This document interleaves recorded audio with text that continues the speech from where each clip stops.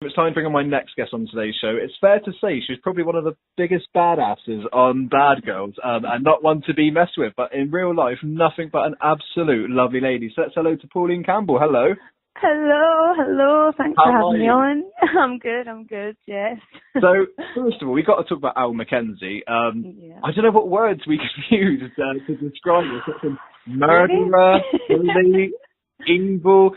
I mean, how did you find playing that character? Because it is so opposite of what you're like in real life. Oh, well, I'm glad you clarified that, Lewis. Yes, she is. I mean, she is total opposite. Some would say, though, playing the opposite is kind of maybe the easiest because you just go full pelt and give everything you've got. But yeah, I mean, she was a very hard character, but the script was brilliant. They gave me some great storylines. Obviously, that helped, and they cut all my hair off and made me look really nasty. So that also helped as well, getting the character, to be honest, when I went from having long, blonde, flowing locks to having a skinhead for the show.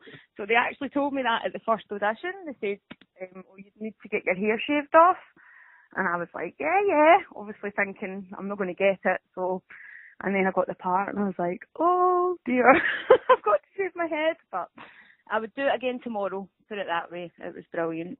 I mean, when you all came in, all three of you, you definitely made an impact. The Peckham Boot Gang. The Peckham Boot Gang. And it was just, you came in, you came off the van, you were shouting, and there was trouble. You all didn't like Yvonnes Atkins. That was your first kind of your enemy there. So to be involved in such big storylines straight away, do you ever find that pressurizing? Because I don't know how I would react to that, because you're being in one of the biggest shows on TV, and you're actually one of the main characters. Not at all. At the time, I look back and I think, God bless, I just didn't stop to even consider how big a job it was. Or I loved the show. I was a massive fan before I got the part. Me and my mum would sit and watch it, and I was like, oh, it was just one of these cult things that everybody seemed to love. And when I got the part, I was so young as well. I think that helped, and I was just like, I just went for it, and I absolutely loved every single minute. And I think it's only now I look back and I go, whoa, I had no fear whatsoever, as you do when you're, I was 19, 20, I think, when I got that part. So, and it was my first ever acting part, so I just went for it. I'm so proud of myself for just doing that, but now I think I'd be like, oh my God.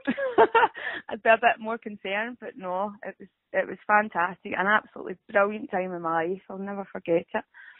And looking back, do you have a favourite standout moment or a favourite scene? That's something that you've got fond memories of?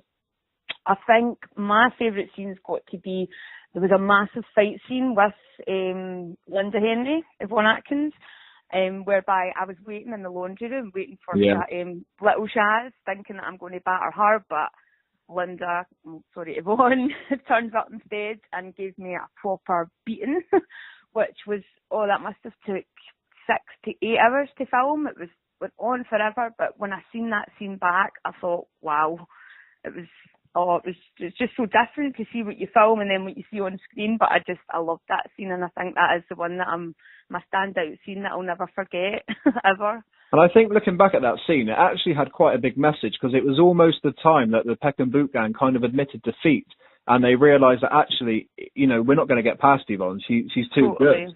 Yeah, totally. I think Al got a big wake-up call. It was like, okay, I think she thought she was this wee powerhouse who could go about just literally beating up anybody she chose, and then she met Yvonnes Atkins. It was like, nope, you're not going to beat her, but that's what made it so good, because Yvonne had to remain top dog, do you know what I mean? Of course. That had to be the way, so it was good. She put the Peckham Boot Gang right in their place.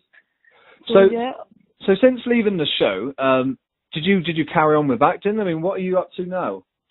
Right now, I am a mother of 2. I'm back up in Scotland. I'm doing a normal job now. I'm not doing I do acting just as a kind of hobby on the side. Maybe one day I'll get back into it, Lewis. I would love to. But at the moment, I'm just a wee boring mammy with my 2 gorgeous kiddies.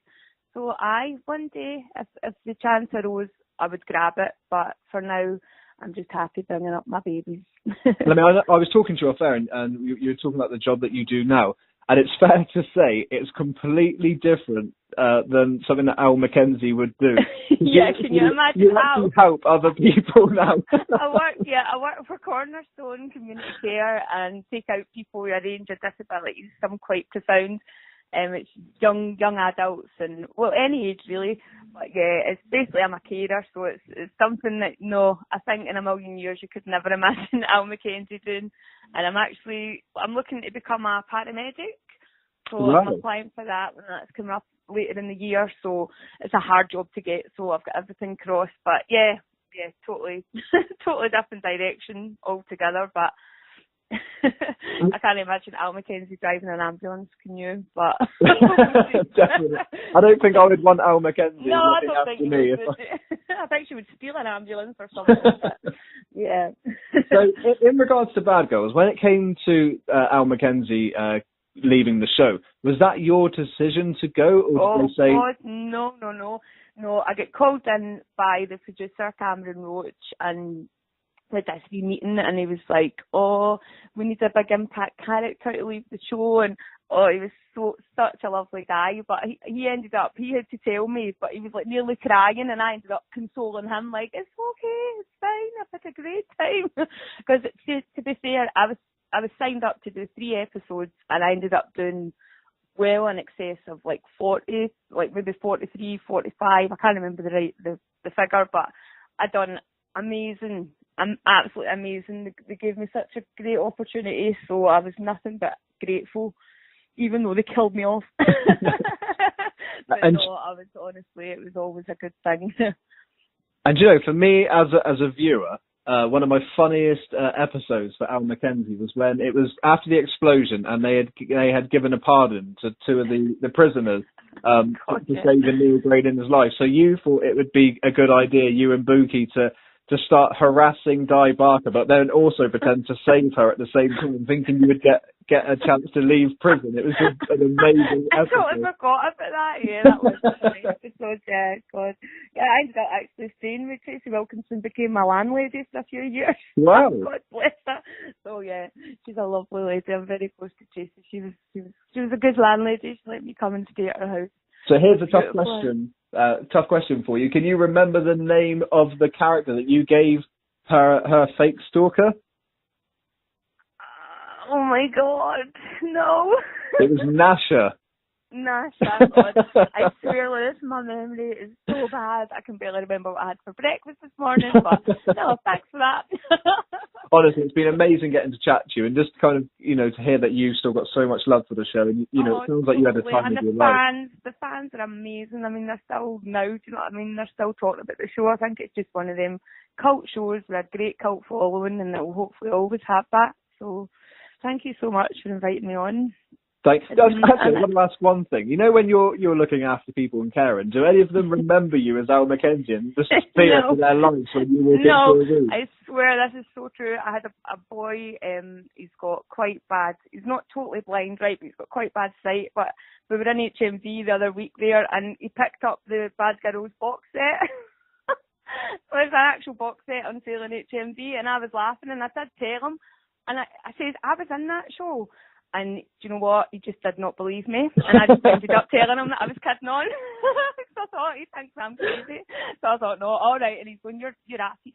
And I went, right, okay, right, I'm at it. So, no, unless somebody brought it up with me, it's not something that I would bring up, to be honest.